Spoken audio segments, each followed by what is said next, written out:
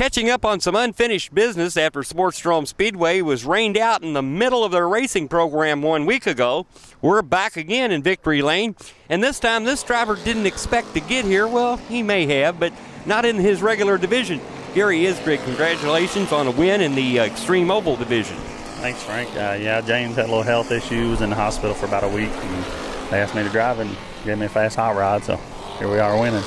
James Wayne again experienced some difficulty in the hospital, and Gary Isgrigg has taken over the ride, and one of the top figure eight performers put it in Victory Lane in an oval class.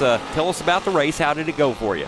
I caught a couple of breaks right at the beginning of the race and got through it, and I mean, the car's just fast. That's all I can say about it. He gave me a good car, and I just caught a couple breaks. So.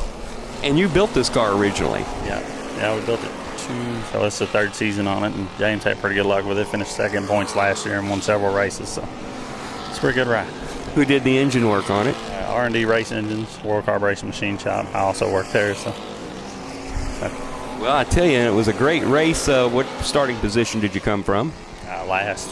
Came from the last starting position, but come up through the field good here tonight.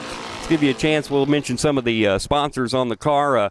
MC Concrete Walls, and of course, looks like we have the Wheelers Towing and Recovery as a sponsor on this machine as well. As we said, the normal driver isn't here with the interview here tonight, but congratulations, and I look forward to the rest of this season. Thanks. There you have it, Gary Isgrigg, the winner in the Xtreme Oval division here at Sportsdrome Speedway. Collecting one of the most major figure eight race events of the season, the Budweiser Triple 50s here at the Jeffersonville Sportsdrome Speedway. Second generation driver Mark Harmon. Mark, congratulations. I appreciate it. It's a pretty rough 3 races. Probably one of the roughest here in a few years. Well, I'd say so because it took 2 weeks to complete. You started a week ago. That show got rained out after the first 50 lapper. You had to come back a week later and complete the other 250s. This race was based on your overall finish in each of the 350 lappers. How did your finishes go? We won the first one last week and kind of got lucky on the rain out, really. Didn't want it to rain out, but got home, had a few mechanical problems, and we found and we got them fixed and come back and run. I think we run third in the second one and third in the third one. And of course, your father, Larry, built this car from the ground up. Any special treatment to the car this year? We changed a few things over the winter. We kind of went back to our old school setup, and I believe it helped out a lot. Probably the first car we've had that we brought out last year wasn't fast off the trailer, but between me and him and his knowledge and our heads together, we got her back fast again. What's it like? You got a second car coming out of the stable, Corey Harmon driving it. He went to Victory Lane a little earlier, a few weeks ago. What's it like racing with him out there? It's a little different. It's just, I think he's got a lot to learn, and hopefully he listens a lot, and he'll get there. Well, you handed out the driving lessons this weekend. I'll give you a chance to mention your family and friends and the sponsors on your race car this year.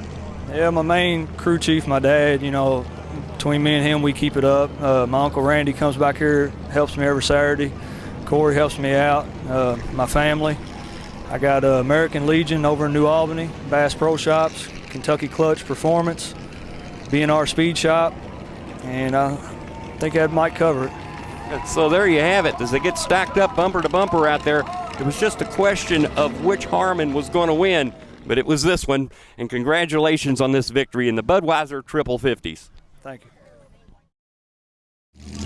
Another driver making it to Victory Lane, and for the second time this year, Jeff Hubre here in the Corbin Motorsports Racing Oldsmobile. Congratulations on the win in the Dromer Figure 8 division.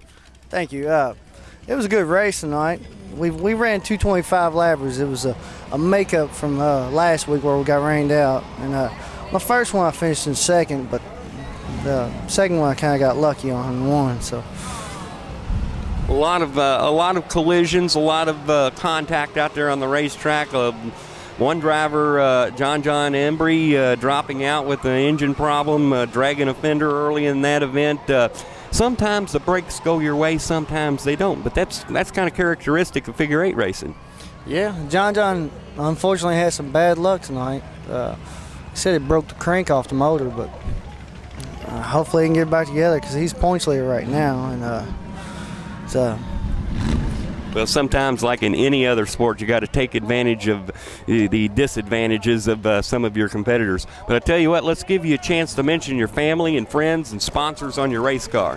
First of all, Bobby Corbin. If it wasn't for Bobby Corbin, I wouldn't be in the ride right now. And Bobby and Kathy Corbin and my girlfriend Ashley, she puts up with me working on these things all week long. And my brother-in-law Bobby Corbin.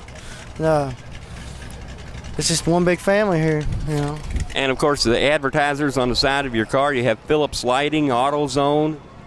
We got Ernesto's Mexican Restaurant, Top Notch Guttering, Grade A Allstate, and BNC Towing. That's pretty much what pays our bills. And that's what keeps those race cars on the track each and every week here at the Jeffersonville Sportsdrome Speedway. Jeff, again, congratulations on your second feature win of the season. We'll see how you do in the point standings as this racing season continues. Thank you. There you have it, another winner here at Jeffersonville Sportsdrome Speedway.